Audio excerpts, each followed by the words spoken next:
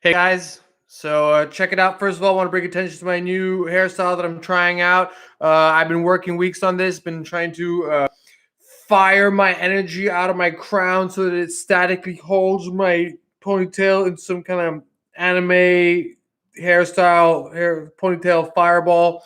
And soon I'll be releasing a meditation that allows you to create static fireball ponytails too.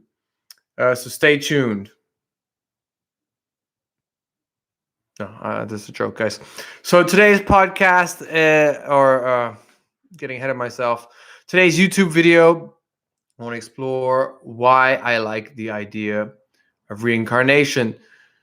Do we have tangible proof for it? No, it's one of those debates since the beginning of time. Eastern philosophy really believes in it. The spiritual community is really moving towards believing in it. I have listened to people like Connor Habib in his podcast who claim to have channeled the dead and who know this inextricably. He's not the first person. Paul Check, if you're a fan of him, guys, if you don't know these people, check out their podcasts. Insane, just amazing. And they have spoken as if they've had inextricable proof. They've channeled something. They've been giving messages, downloads from something, knowing that the idea that we, our souls, come into a contract with this life to fulfill a soul contract in this body, and we will continue to do so, some believe, until we have undone all of our karma, such as enlightened figures like the Buddha and Jesus. I don't really know what happens once you've undone all your karma. You stop the wheel of reincarnation, and from what I understand, maybe you just become an essence of the collective conscious of consciousness that can be channeled. People talk about Christ consciousness, Buddha consciousness, just about any kind of sage. I mean, and I don't know personally if that's because the myths, the stories, the ideas, the essence of these people have transcended time so much that institutions are built around them. You know, they are the foundation for chunks of society, for warehouses of timelines. Warehouse of timelines. Guys, I use language poetically. Get used to it. Because there's this deep spiritual point of view on it, I'm going to go and I'm going to explore the idea of just why I like the idea of reincarnation. And for this, I'm inspired by Jordan Peterson. Again, somebody who's been in a lot of podcasts, somebody who's written amazing books, Maps of Meaning, 12 Rules for Life. I'm not sure about the second one there, but I mostly listen to him speak in podcasts as a guest, JRE, Sam Harris, Russell Brand. He has his own podcast, and just someone who, when I started hearing speak and just saw as an example of a human being, just really resonated with. And he said in this debate with Sam Harris that I wouldn't say that I believe in God, but I choose to act as if he exists. And this is because statistics show that people who are religious tend to be happier, tend to access compassion more, tend to deal better with suffering, etc., etc., etc. So to him, he's looking at it from a psychoanalytical point of view, a therapeutic point of view, in that when we have these overarching beliefs or these meta-narratives, as I was taught they're called, they are ways of trumping our animal behavior and giving us a frame by which we can condition new human behavior. And he thought the belief in God is one of those things you can put in there, program it in there, and the kind of human that comes out slightly more easy, finds it easier to have compassion, finds it easier to be generous, has this thing that's looking over them, this kind of father figure above that's encouragement for a sense in the divine, the spiritual, and everything the religions ask of people in a good sense. So he chooses to act as if there is a God. He doesn't abide to a certain religion. And of course, there's counter arguments to this. I just listened to a podcast, Ricky Gervais and Russell Brand, and Ricky Gervais is saying that in his new show,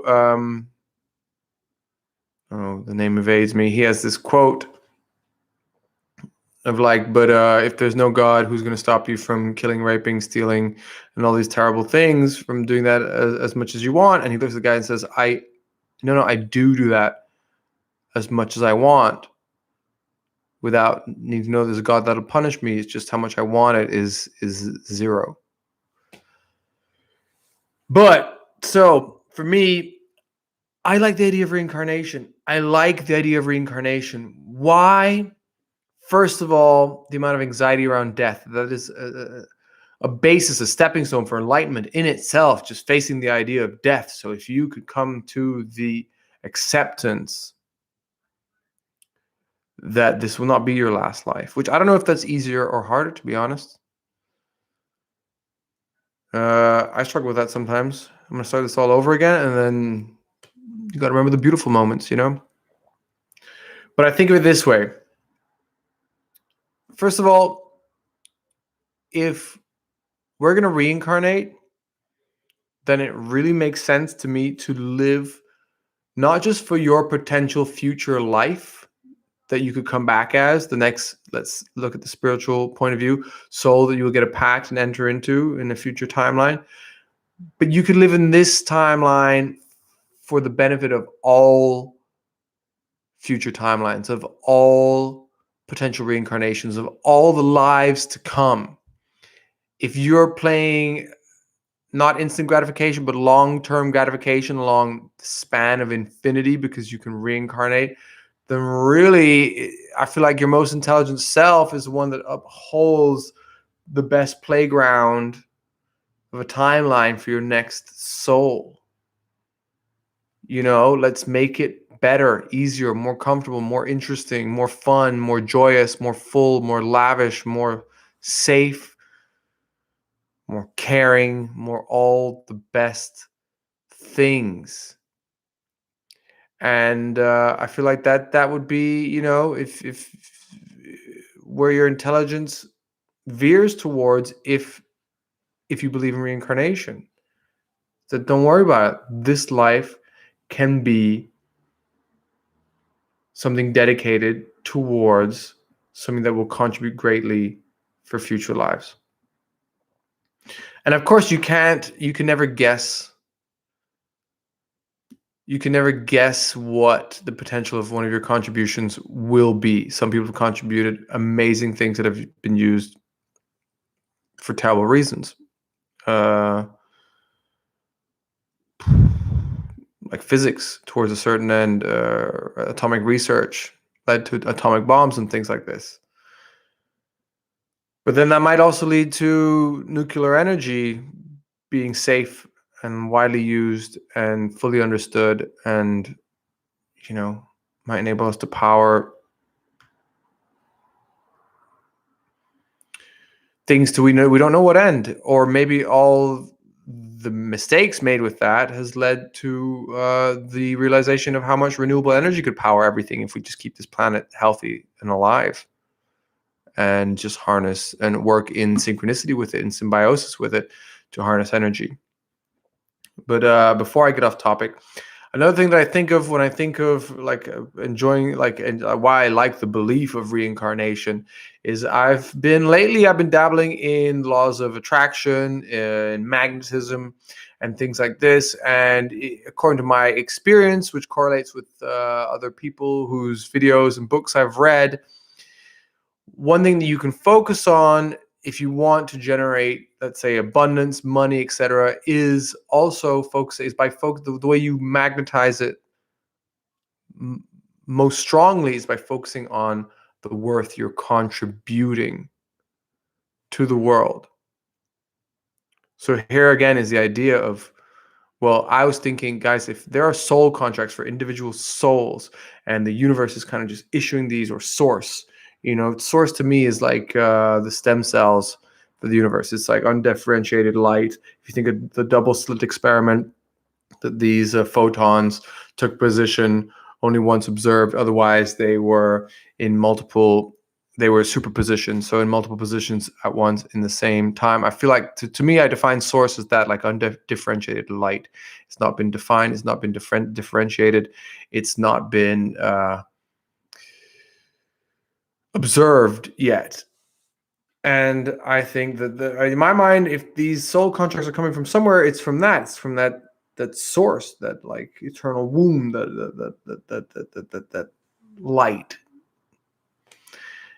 And if that's issuing, if there's contracts for souls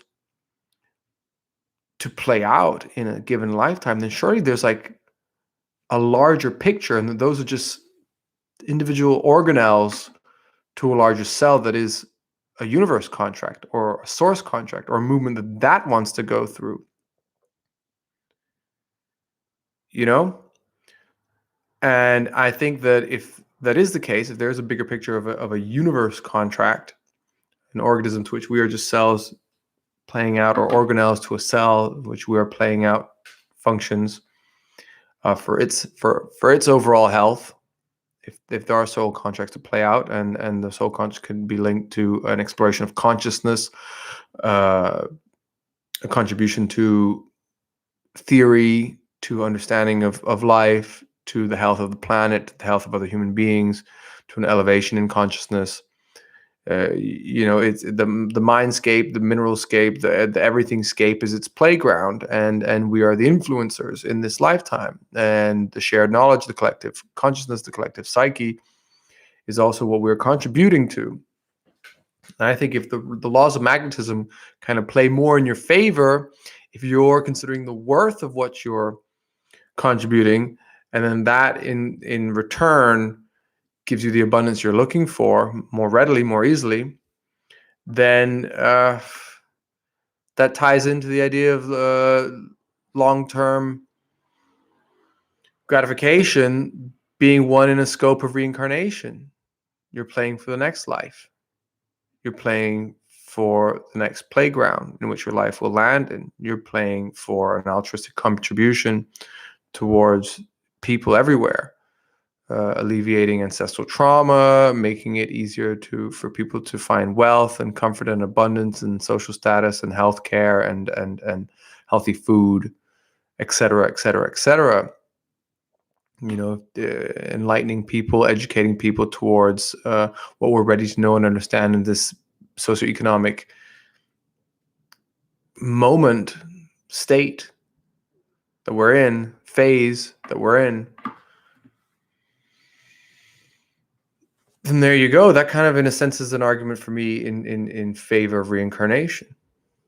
That the universe has a perfect design in which, if you follow its laws of magnetism, abundance, and attraction, if you think of your own sense of fulfillment, which humans are hardwired to sense fulfillment most strongly and most lastingly through some kind of contribution that people show appreciation for constantly. It's like just added praise, added flattery. Like, oh my gosh, I put into place something that's going to help people for generations to come, and everybody that's helped by that thing. It's like Jordan Peterson when he talks about his books and how many men have come up to him and told him, reading your book changed my life and put my affairs in order. And he said, that's the cash. That's the cash that grows his confidence, that grows his passion, that grows his purpose, that grows his sense of self-worth, and his sense of acceptance of what he's giving. It's love. It grows his love ultimately. And so, yeah, this is why I like the idea of reincarnation. Because if it is an ideology by which we live by, I feel like, as I said, intelligence and lifetimes will tend towards, well, what's What's the greatest future that we can offer our future lives and where we can have the most fun? And then it falls into a bit of relativity. But remembering your contribution, because if you spent countless lifetimes not trying to collectively sway populations to, and we're discovering so much. We're discovering the truth about long-lasting joy, long-lasting happiness. Everybody's interested in well-being nowadays, in philosophical notions, in books that reframe institutions, that tie it to a greater scope of looking at life, whether it be business, whether it be books like Blink. I'm reading Entangled Lives at the moment, which doesn't just trace the life of fungi. It's a book about fungi, but it traces kind of the journey of human imagination in terms of the scope of what life does, what life is capable of, what evolution consists of. And does this by relating it to the history of knowledge.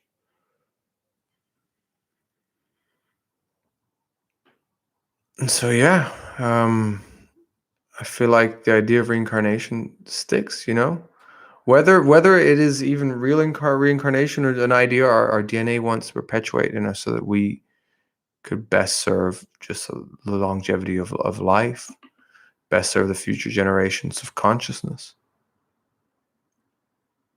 I feel like there's a lot that wants to encourage a tendency of thought in that direction. So, guys, this is going to be a shorter one than usual. Maybe that'll be a relief for people. So, yeah, this one is why I like the idea of reincarnation. Why I think that as a simple idea, a simple ideology that people adopt, it's safer than a lot of other religions. And it's an interesting notion to play with. It's an interesting notion to explore. It will come back and reflect to all the ways that you could live a life fully. So does that mean you just play in every life that you come in? You kind of become some pirate rogue of souls being reincarnated. And if you're being reincarnated, it means you also have all the time in the world to explore every kind of behavior, to become wise in every field of knowledge, to become all types of characters. And if we're all reincarnating, that means surely we've all shared an incredible breadth and scope of what there is to experience. And the idea of even judging someone else in this lifetime becomes ridiculous because you might have been exactly like that person in another lifetime. You might have believed in similar stances. Realize that a lot of positions in life are kind of polarized tendencies, being right-wing, left-wing. Jordan Peterson talks about this as well, as them being just kind of personality type determinant. So surely we've swung through the pendulum of personality types, and then things towards which we contribute, and things towards which that personality type has best fit and suited for a wider contribution. It relativizes good and evil if we're constantly reincarnating. And not to relativize evil is a good thing, but the idea of the relativization of good and evil, if you really integrate that. So, guys, I've learned this week about two terms that have been blowing my mind: assimilation versus integration. So assimilation is the idea that you can ingest an idea and it makes sense in your brain. It makes sense rationally. It makes sense in words. It makes sense in conversation. It makes sense in a professing of opinion. But integration is this idea of a deeper knowledge where you don't have to express it. Its implications just kind of sink into who you are, and then you then function by the wisdom that is attributed to you by really playing with these dilemmas. playing with these big questions and finding the wisdom in you as to what the answer is by your newfound behaviors, by what's important to you then, but what's the next level of questioning, by what's the next level of intrigue and introspection and inspection in general. And noticing that for me, it's been, I see people's patterns, and for a long time, my response to that, let's say, for example, this is my assimilation versus integration. For a long time, my assimilation has been, oh, if I just point it out to them, then I'm helping them. Then that becomes a dumb way to act. But that's not even how we work. So integration would be going, okay, but then how do we work? And I've noticed this about them. And what is the true way of reaching out to this person? And it's usually nonviolent communication methods. It's usually saying how much you have in common first before you try and slip in, like, and then you relate it to yourself. So it's not like an accusation or criticism. You go, yeah, for me, the same. I had trouble with my neighbors when, or I don't believe in Santa because, or whatever it is. And you know what made me think twice? You know, the weirdest thing happened? I met this person and they believed in Santa and they were such a lovely person. So then I started to think about, well, even if I don't believe in Santa, maybe it's all right to believe in Santa because of the kind of joy and generosity it offers to people.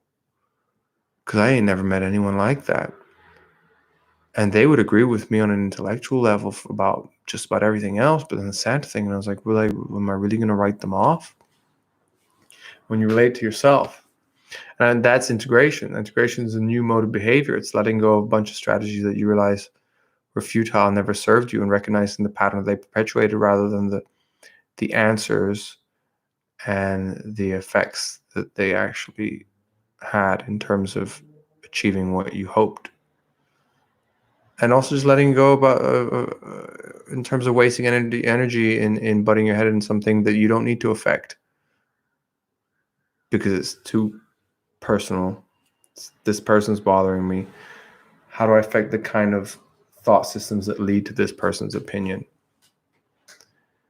And again, relating that back to reincarnation, I feel like reincarnation is one of those good places for integration.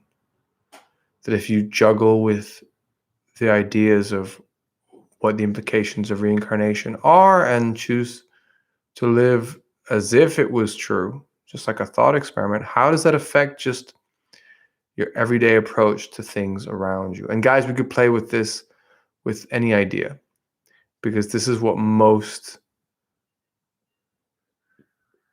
psychological theories, spiritual theories, I feel like at most, and here I'm going to take from Alan Watts, he says, enlightenment is not something you can sum up in words, but I feel like enlightenment is the use of certain ideas, living by them and seeing what you learn in an intrinsic wisdom sense, like in the story of life sense, one that you can't put into words, but then you can indicate towards little signposts, which are usually wise sayings that encompass a bunch of reasons why to forget all those intricate other ways, like those word heavy ways of thinking, which is I'm being ironically defying here.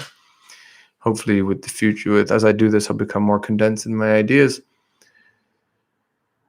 But Alan Watts says enlightenment, trying to explain enlightenment is like pointing at the moon and mistaking your finger for the moon every time, because it's a state of being. And I think there is a finger in exploring the idea of reincarnation, and the moon is in the wisdom gained from exploring it and taking any idea and living with it as a mode of exploration, as a believed truth, and realizing who it is, and then realizing one day you need another one in there.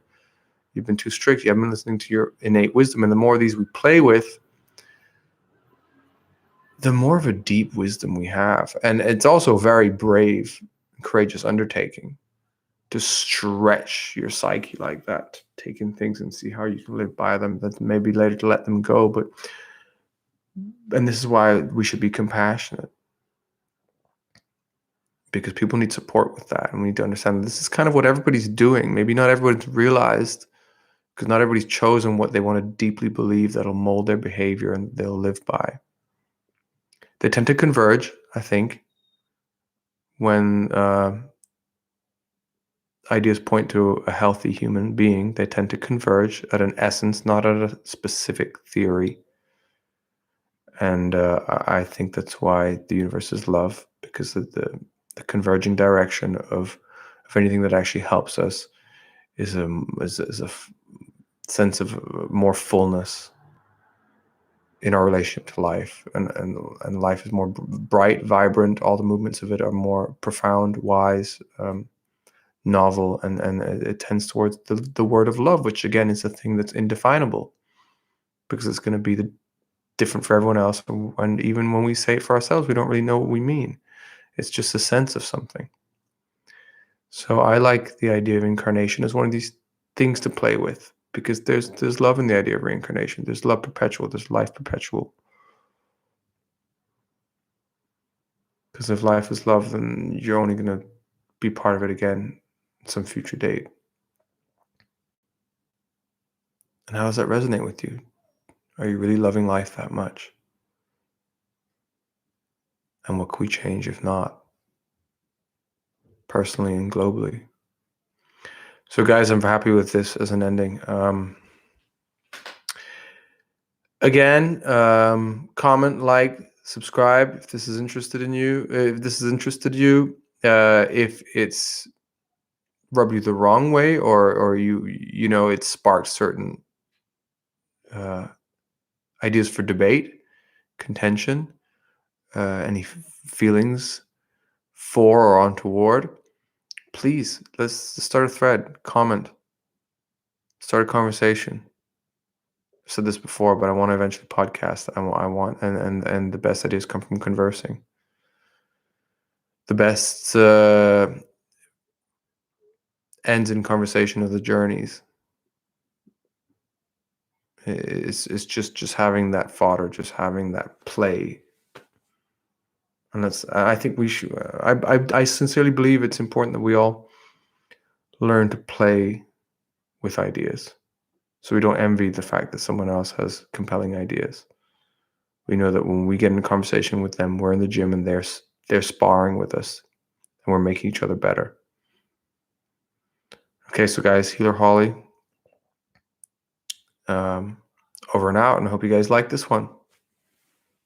Lots of love, guys.